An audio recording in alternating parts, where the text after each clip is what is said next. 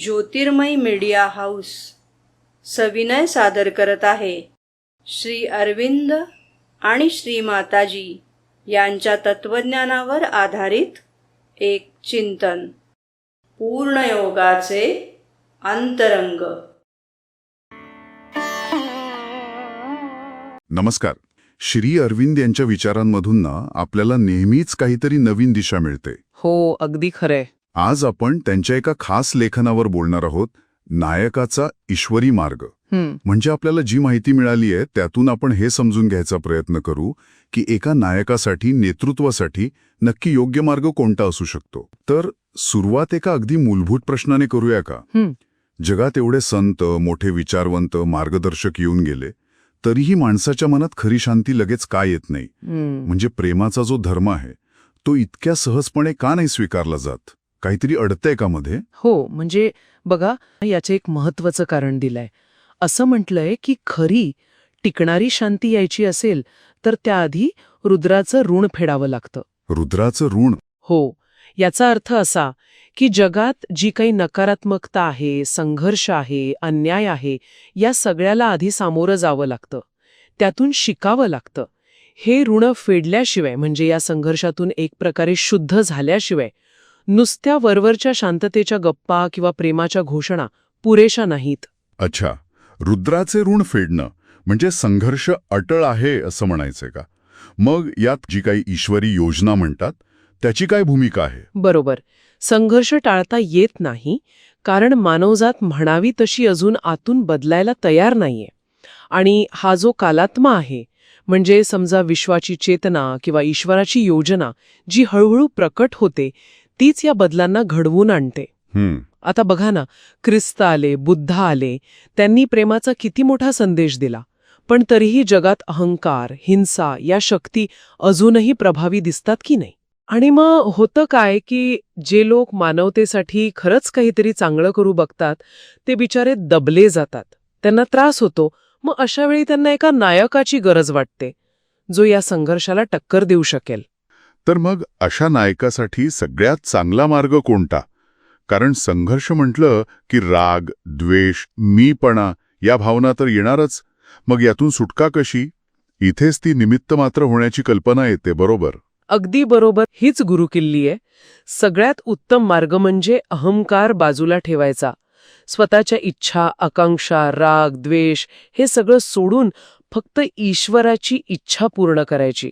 म्हणजे स्वतः करता नाही? नायकाने स्वतःला करता समजूच नये, फक्त ईश्वराने नेमलेलं एक साधन, एक माध्यम, म्हणजे निमित्त मात्र.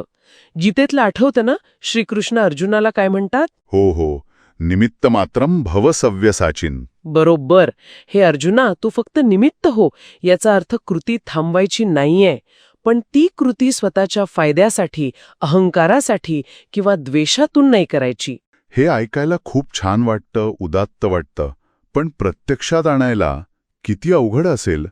स्वतःच्या भावना, विचार पूर्ण बाजूला ठेवून फक्त एका मोठ्या शक्तीचं साधन बनायचं म्हणजे एक प्रकारची अलिप्तता लागते यासाठी. निश्चितच.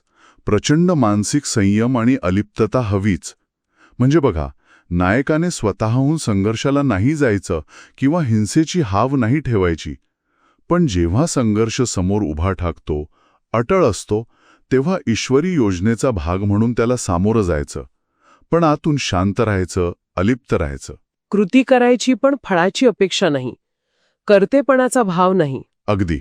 आणि या कृतीच्या मागे, अगदी तो संघर्ष असो किंवा विनाश, त्यामागे सुद्धा काहीतरी अंतिम ध्येय असतं असंही म्हटलं आहे.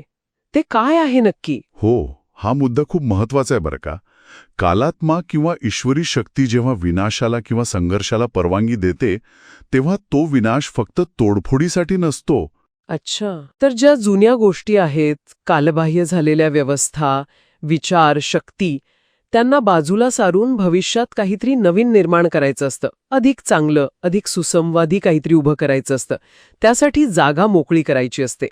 जसं आपण शेतातलं तण काढतो ना, चांगलं पीक यायला, तसं काहीचं. म्हणजे विनाशामागे नवनिर्मितीचा उद्देश असतो. हो. आणि नायकाला हा वरवर न दिसणारा अर्थ, हा रचनात्मक उद्देश समजून घ्यावा लागतो, स्वीकारावा लागतो. याचा अर्थ मग विजयाचा आनंद आणि पराभवाचं दुःख या दोन्हीकडे एकाच नजरेनं म्हणजे समतोल राखून बघायला हवं. अगदी तसंच.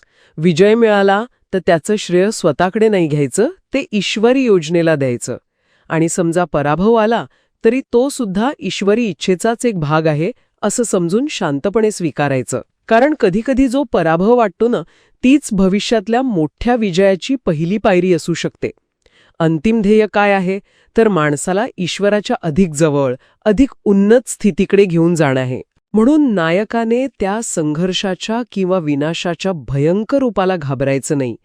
त्यामागे जो ईश्वरी सारथी आहे, जो मार्गदर्शक आहे, जो सगळ्यांचा मित्र आहे, त्याला ओळखायला शिकलं पाहिजे. तर मग आपण आज जी चर्चा केली त्याचा सार असा काढता येईल की नायकाचा खरा मार्ग हा मीपणा सोडण्याचा आहे.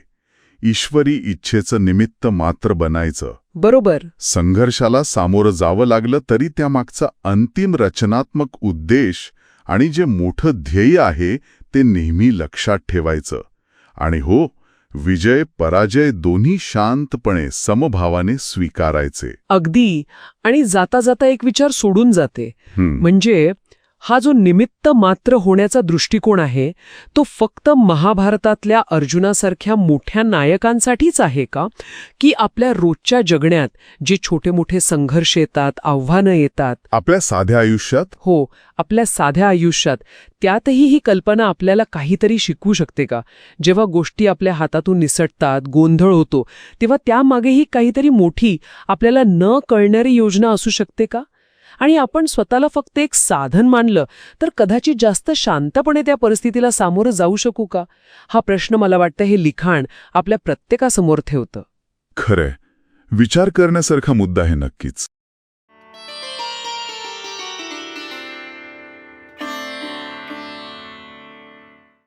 धन्यवाद.